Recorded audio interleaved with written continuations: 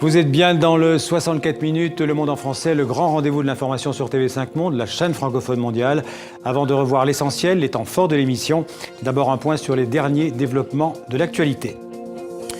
Toujours le terrible cyclone qui ravage en ce moment les Philippines. Ce sera sans doute une des plus grandes catastrophes de l'histoire. Pas encore de bilan. Les premiers bilans parlent de 3 morts et peut-être quelques dizaines de blessés. Mais en tout cas, on s'attend, je vous le disais, à une catastrophe de grande ampleur, tant sur le plan matériel que sur le plan humain. Importantes négociations en cours à Genève sur le nucléaire iranien. Les diplomates occidentaux, américains, britanniques, français, allemands, les Chinois, les Russes aussi, puisqu'on annonce la visite du ministre russe des Affaires étrangères, M. Lavrov, qui ira bien à Genève. Tous ces gens donc, sont réunis avec les Iraniens et ils sont réunis donc, pour trouver une solution à cette grave question du programme nucléaire de l'Iran. Et puis l'autorité palestinienne en est sûre, Yasser Arafat a été empoisonné au polonium en 2004. Les Palestiniens accusent Israël qui démente avec force. Les Palestiniens demandent aussi d'avoir accès aux résultats des analyses françaises puisque je vous le rappelle, Yasser Arafat était mort en France. Restez avec nous sur TV5 Monde. En 2 minutes, nous allons vous rappeler l'essentiel de ce monde en français. Ce que vous avez aimé ou ce que vous avez raté, c'est tout de suite avec Stéphane Stasi. Les Philippines font face à un typhon hors norme. Il n'y a quasiment aucune montagne sur sa trajectoire et donc aucun obstacle naturel pour le ralentir.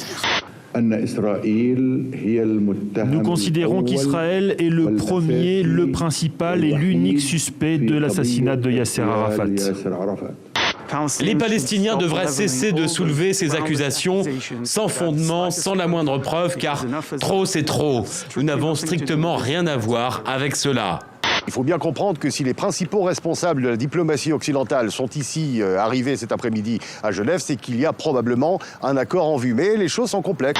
C'est une fenêtre qui nous est ouverte, une possibilité qui nous a été offerte par le peuple iranien, par les élections.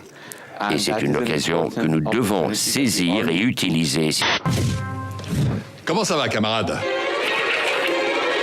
L'équilibre sur lequel a reposé le monde depuis 50 ans est rompu. Broken. Moi, j'avais envie de parler de la politique qu'on ne voit pas dans les médias, de la politique qui est faite par les gens qui ont la main dans le cambouis, des gens qui bossent. L'agence Standard & Poor's a abaissé ce matin la note souveraine du pays. C'est la 2e dégradation en moins de 2 ans. La note passe donc de A à plus au simple double A. Décision assortie d'une critique sévère à l'encontre de la politique de François Hollande. Une approche peu probable d'améliorer de manière substantielle les perspectives de croissance à moyen terme de la France. C'est en tout cas ce qu'estime l'agence de notation. Aujourd'hui, la langue française est une langue de travail, est un outil économique, est une langue économique. La principale mesure de ce projet de loi prévoit l'interdiction pour tous les employés de la fonction publique québécoise de porter des signes religieux ostentatoires durant leurs heures de travail.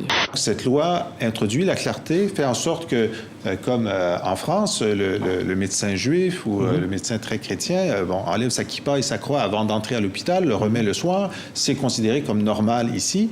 Au Canada, c'est considéré comme anormal. Et le Québec, un jour indépendant ? Bien sûr. C'est votre conviction? C'est ma conviction parce que nos voisins canadiens auxquels on ne veut aucun mal, nous sommes comme un couple qui ne se parle plus, ou presque. Nous ne sommes plus amoureux, nous ne sommes plus fâchés, nous sommes indifférents l'un à l'autre. Donc vous êtes mieux pour le divorce? Alors on est mieux pour le divorce.